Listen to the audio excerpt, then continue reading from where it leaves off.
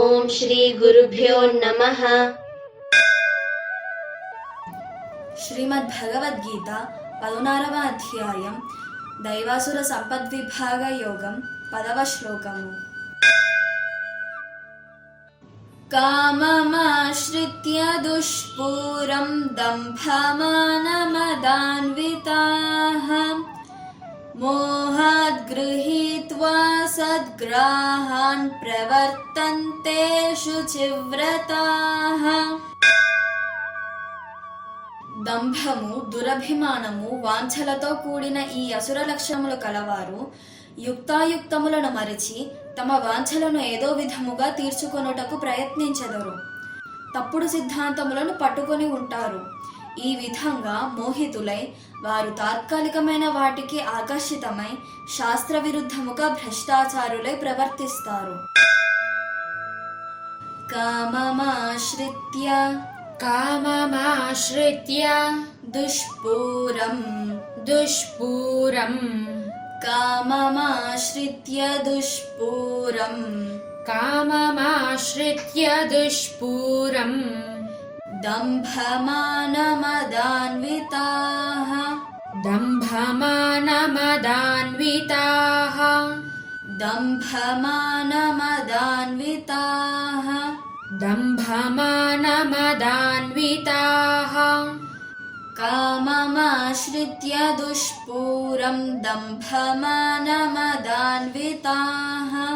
కామమాశ్రిత్య దుష్పూరం దంభమానమదాన్వితాః మోహాద్ గృహీత్వా సద్గ్రాహాన్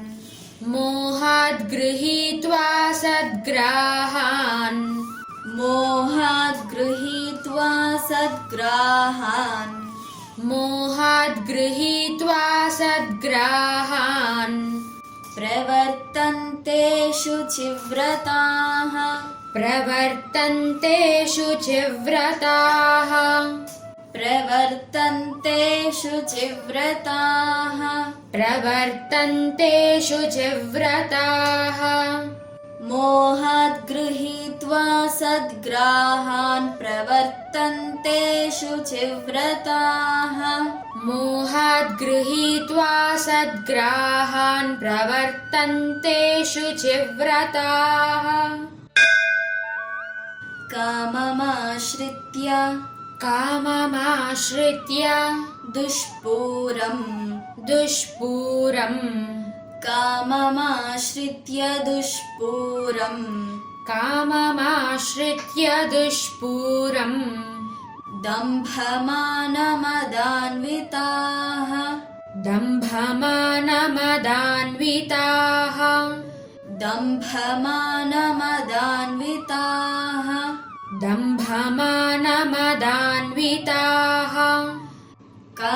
కామమాశ్రిత్య దుష్పూరం దంభమానమదాన్వితాః కామమాశ్రిత్య దుష్పూరం దంభమానమదాన్వితాః మోహాద్ గృహీత్వా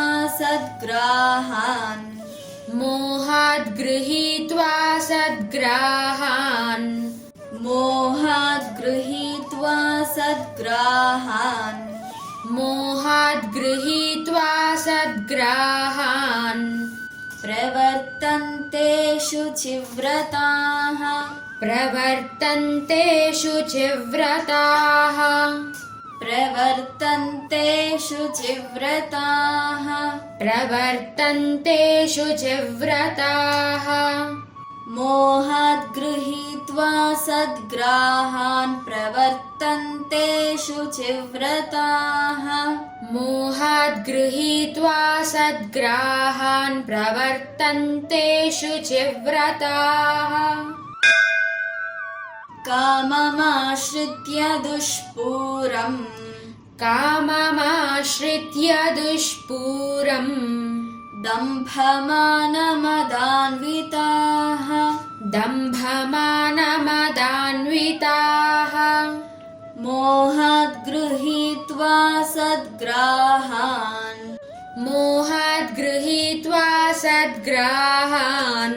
ప్రవర్తంతే प्रवर्तन्ते शुचिव्रताः काममाश्रित्य दुष्पूरम्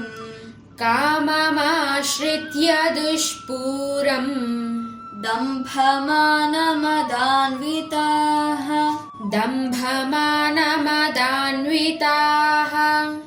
मोहात् गृहीत्वा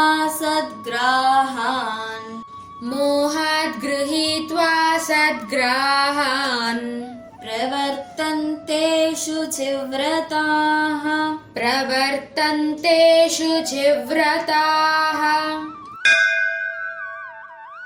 काममाश्रित्य दुष्पूरम् दम्भमानमदान्विताः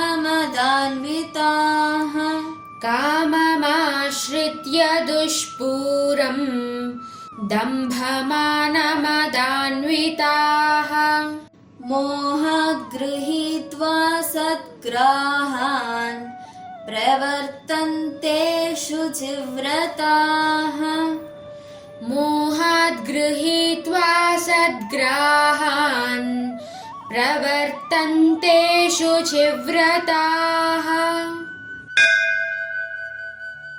काममाश्रित्य दुष्पूरम् दम्भमानमदान्विताः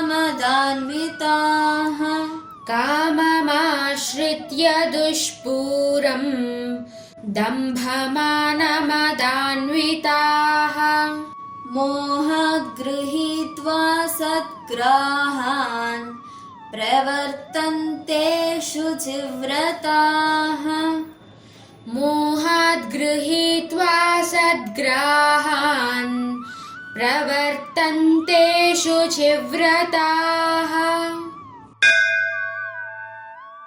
काममाश्रित्य दुष्पूरम् दम्भमानमदान्विताः मोहात् गृहीत्वा सद्ग्राहान् प्रवर्तन्ते शुचिव्रताः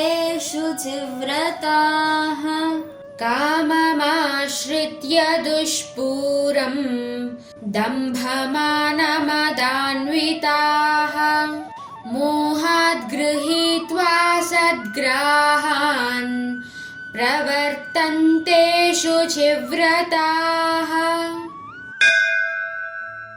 काममाश्रित्य दुष्पूरम् दम्भमानमदान्विताः मोहात् गृहीत्वा सद्ग्राहान् प्रवर्तन्ते शुचिव्रताः काममाश्रित्य दुष्पूरम् दम्भमानमदान्विताः मोहात् गृहीत्वा सद्ग्राहान् प्रवर्तन्ते शुचिव्रताः काममाश्रित्य दुष्पूरम्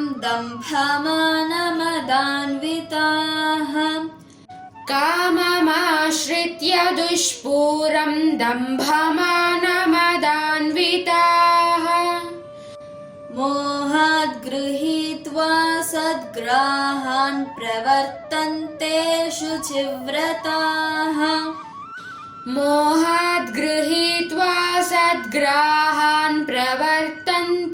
शुचिव्रताः काममाश्रित्य दुष्पूरम् दम्भमानमदान्विताः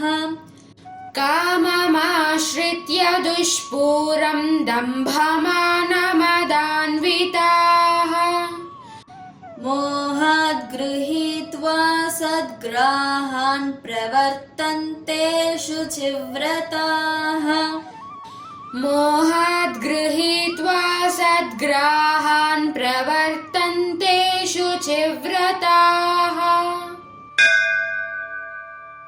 काममाश्रित्य दुष्पूरम् दम्भमानमदान्विताः